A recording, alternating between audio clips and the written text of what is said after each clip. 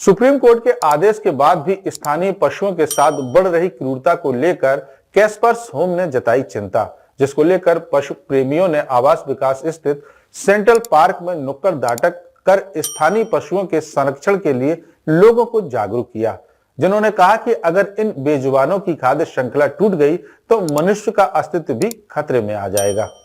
जिस देश में पहली रोटी गाय और अंतिम रोटी श्वान के लिए निकाली जाती है, वहां अब पशु पक्षियों से प्रेम और उन्हें खाना डालना गैर कानूनी बन गया है।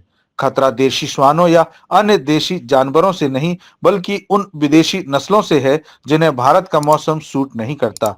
प्रकृति में खाद्य श्रृंखला टूटी तो मनुष्य का अस्तित्व भी खतरे में आ जाएगा। पिछले दिनों सुप्रीम कोर्ट के आदेश में संशोधन और लोगों में पशुओं के प्रति प्रेम भाव जगाने के उद्देश्य से आज पशु प्रेमियों ने बोदला स्थित सेंट्रल पार्क में नुक्कड़ के माध्यम से कुछ यही संदेश दिया। कैस्पर्स होम की निदेशक विनीता अरोरा ने बताया कि आज देश के 49 शहरों में प्रोटेस्ट किया जा रहा है।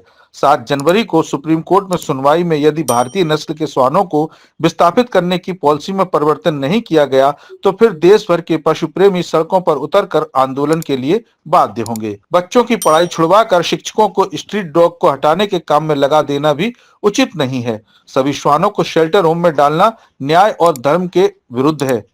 7 तारीख को जो सुप्रीम कोर्ट की अभी रूलिंग आनी थी, क्योंकि जो ऑर्डर्स आए थे पहले बहुत ही गलत आए थे, जो कि हमारे संविधान के भी विरुद्ध है, ह्यूमैनिटी के विरुद्ध है, एजुकेशन के विरुद्ध है, और इस तरह के काम जो हो रहे हैं अभी उसके खिलाफ आवाज उठाना बहुत जरूरी था। तो आज हमने नुक्कड़ नाटक प्रस्तुत किया, जिसके थ्रू हम लोगों ने अपना मैसेज दिया कि जो पहले रूल्स थे एबीसी के, जो बहुत ही अच्छी तरीके से चल रहे थे, उसको दोबारा से लागू किया जाए। और अगर अभी भी सुप्रीम कोर्ट ने अपने ऑर्डर्स वापस नहीं लिए, जो कि कॉन्स्टिट्यूशन के खिलाफ है, तो पूरी न्याय की व्यवस्था बिगड़ेगी और हम लोग सब सड़कों पे उतरेंगे और आंदोलन और तेज होगा। मैं ये कहना चाहती हूँ कि कभी यह सरकार कबूतरों को दाना देने पर रोक लगाती है, कभी गाय को रोटी देने पर रोक लगाती है और कभी कुत्तों को रोटी देने पर रोक लगाती है, जबकि हमको बचपन से ही यह पाठ पढ़ाया गया है कि कबूतरों को दाना दो, गाय को रोटी दो, कुत्तों को खाना खिलाओ। यह सरकार तो हमारे संस्कारों से हमको वंचित किए दे रही है। हम अपने आगे आने वाली पीढ़ी को क्या संस्कार दे पाएंगे?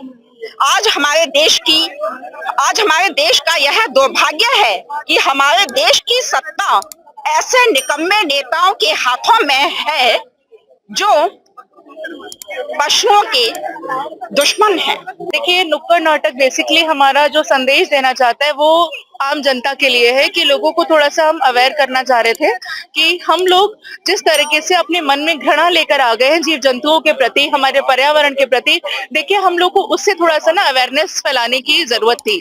आज जो आदेश पारित हुए हैं हमारे इन बेचारे देसी श्वानों के लिए, उनके प्रति जो इतनी क्रूरता बढ़ती जा रही है। अब आप देखिए, जब आप मोबाइल खोलते हैं तो हर पेज पर इनके प्रति देखेंगे तो क्रूरता दिखती है, इनके साथ गलत होते हुए दिखता है, अत्याचार हो रहा है, इनके साथ रेप्स होते हैं, इनको मर्डर कर दिया जाता है। अभी रिसेंटली हावड़ा का एक केस आया था जिसमें 5 बच्चों को जिंदा जला दिया गया, 5 पपीज को, क्योंकि वो ठंड से कांप रहे थे। क्या हमारी इतनी इंसानियत मर गई है कि हम इतने गलत हो गए हैं कि हम किसी को सिसकता हुआ नहीं देख सकते? तो हम कैसे उम्मीद करेंगे कि हम इंसान हैं? कैसे माने? शिक्षकों के लिए एक आदेश आया है, क्या कहना चाहेंगे? देखिए, शिक्षिका का जो धर्म होता है ज्ञान बांटना, अच्छे आचरण देना, अच्छी बातें समझाना और गहराई तक बच्चों का मन बदल देना कि जो एक अच्छा नागरिक बन पाए, एक अच्छा इंसान बन पाए और हमारे देश के लिए कुछ अच्छा कर पाए।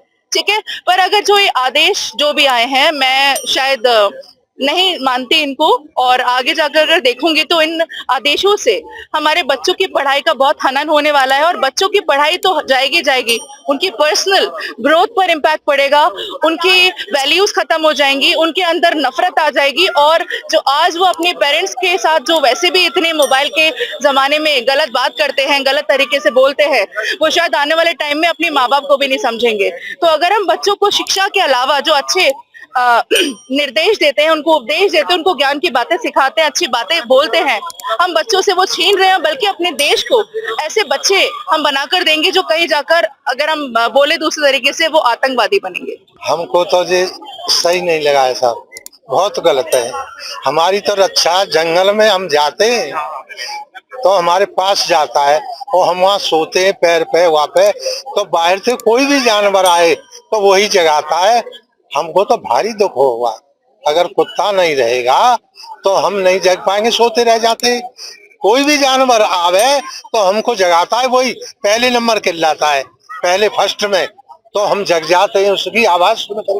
क्या कोई न कोई पशु जानवर, भेड़िया को बहुत से जानवर होते हैं जंगल में, तो उससे सहायता हमें यही दे रही है। नहीं, हमको तो होश नहीं है। हमारी मूंग थी और रात में पहाड़ी और वो उजाड़ जाती, हमारे पास कुत्ता लेके जाते, सारी रात वही जगाता था, उससे पास में नहीं आता कोई भी जानवर, इतना क्रोध करता था वो। और हम जग जाते तो हमारी वो बीसन मन मसूर और जो नहीं मूंग भाई उन्हीं के सहारे थे। और कुत्ता न रहेगा तो किसानों का तो बहुत हानिकारक होगा। दरअसल सुप्रीम कोर्ट के आदेश के बाद स्थानीय पशुओं के साथ क्रूरता के मामले बढ़ गए हैं। कोई जानवरों पर गर्म पानी तो कोई लोहे की सरिया से वार कर रहा है। पशु प्रेमियों को धमकाया जा रहा है। हालांकि कुछ प्राइवेट स्कूलों, हॉस्पिटल्स और अन्य संस्थानों ने नगर निगम में एफिडेविट देकर पशुओं को हटाने के बजाय खुद उनकी देखभाल करने को कहा है। एबीसी यानी एनिमल बर्थ कंट्रोल पॉलिसी दोबारा लागू करने की मांग भी की गई।